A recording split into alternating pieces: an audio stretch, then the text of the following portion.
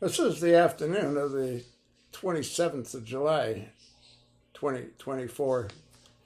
Interesting article with an embedded video put up by Fox, written by Gabriel Hayes, Hayes, published on the 27th of July. Title: New York Times digs up old emails from J.D. Vance to classmate attacking morally reprehensible Trump. Vance's team, Fox News Digital, it's unfortunate this individual chose to leak decade-old private conversations between friends to the New York Times.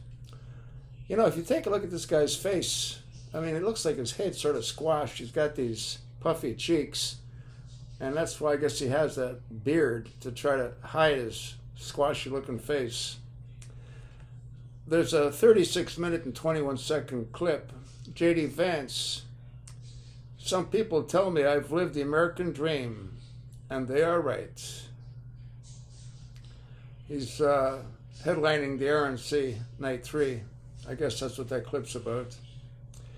The New York Times is diving into the past of Vice President pick J.D. Vance this weekend by publishing years-old anti-Trump text and emails that Vance sent to transgender classmates. In one communication, Vance called Trump a morally reprehensible human being.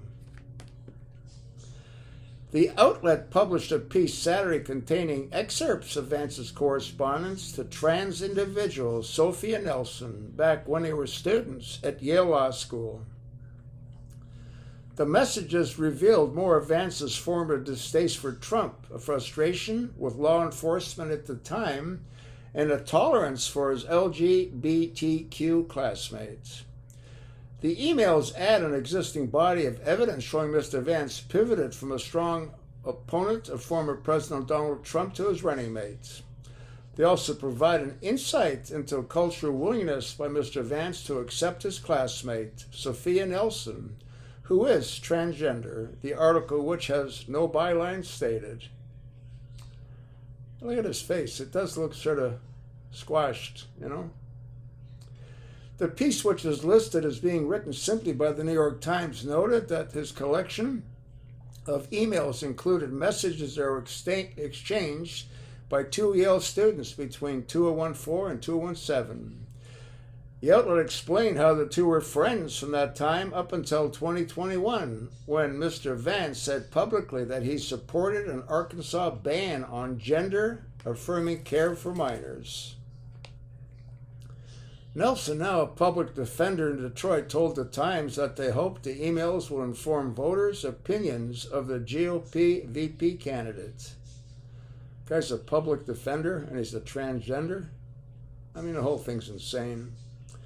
The first excerpt the Times published was a screenshot from an email Vance sent to Nelson in 2014, which included some disparaging remarks about police following the death of Michael Brown, an African-American teenager, at the hands of Ferguson, Missouri police officer Darren Wilson that year.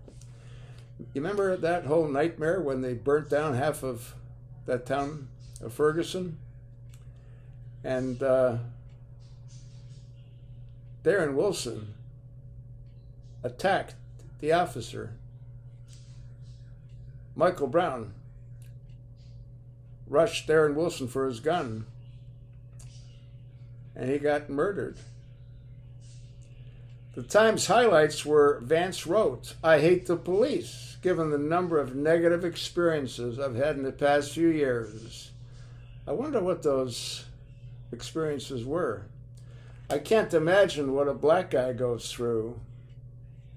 Next, the Times showcased one of Vance's anti-Trump comments that he made to Nelson in 2015, responding to the trans individual complaining that a Muslim friend no longer felt safe because of then-candidate Trump's rhetoric.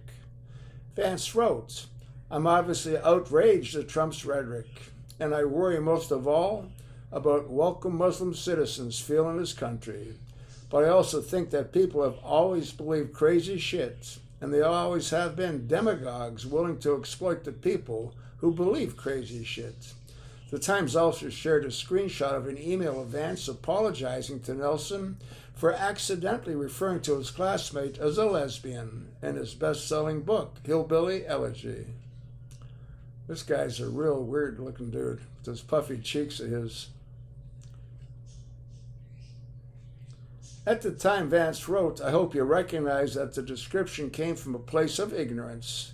When I first started writing years ago, I hope you're not offended, but if you are, I'm sorry." The piece went to another anti-Trump email of Vance's from the same year, part of which read, "The more white people feel like voting for Trump, the more black people will suffer. I really believe that." This guy's done a complete 180, hasn't he? Absolute bullshit. You can't change a zebra's colors, no matter how hard you try. And in another from later that year, Vance told Nelson he believed that Trump is just a bad man, a morally reprehensible human being.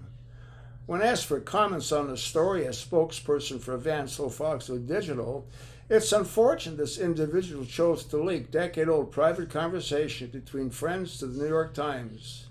The spokesperson added, "Senator Vance values his friendship with individuals across the political spectrum. He has been open about the fact that some of his views from a decade ago began to change after becoming a dad and starting a family, and he has thoroughly explained why he changed his mind on President Trump. Despite his disagreements, Senator Vance cares for Sophia and wishes Sophia the very best." Oh yeah, you really care for Sophia, don't you? Vance has addressed his previous anti-Trump comments before. The GOP candidate told Fox News, Brett Baier last month, "Look, I was wrong about Donald Trump," Vance said. "I don't think he was going to be a good president, Brett. He was a great president, and it's one of the reasons why I'm working so hard to make sure he gets a second term." You know, I'd like J.D. Vance to highlight a couple of things that he thinks that Donald did that made him, in Vance's eyes, a great president. I can't think of one. Can you? Huh? Guy's full of shit. Absolute full of shit. With his puffy, dopey-looking face. I'll attach the link. Look at it. Let me know what you think. Pass it along. And thanks for listening.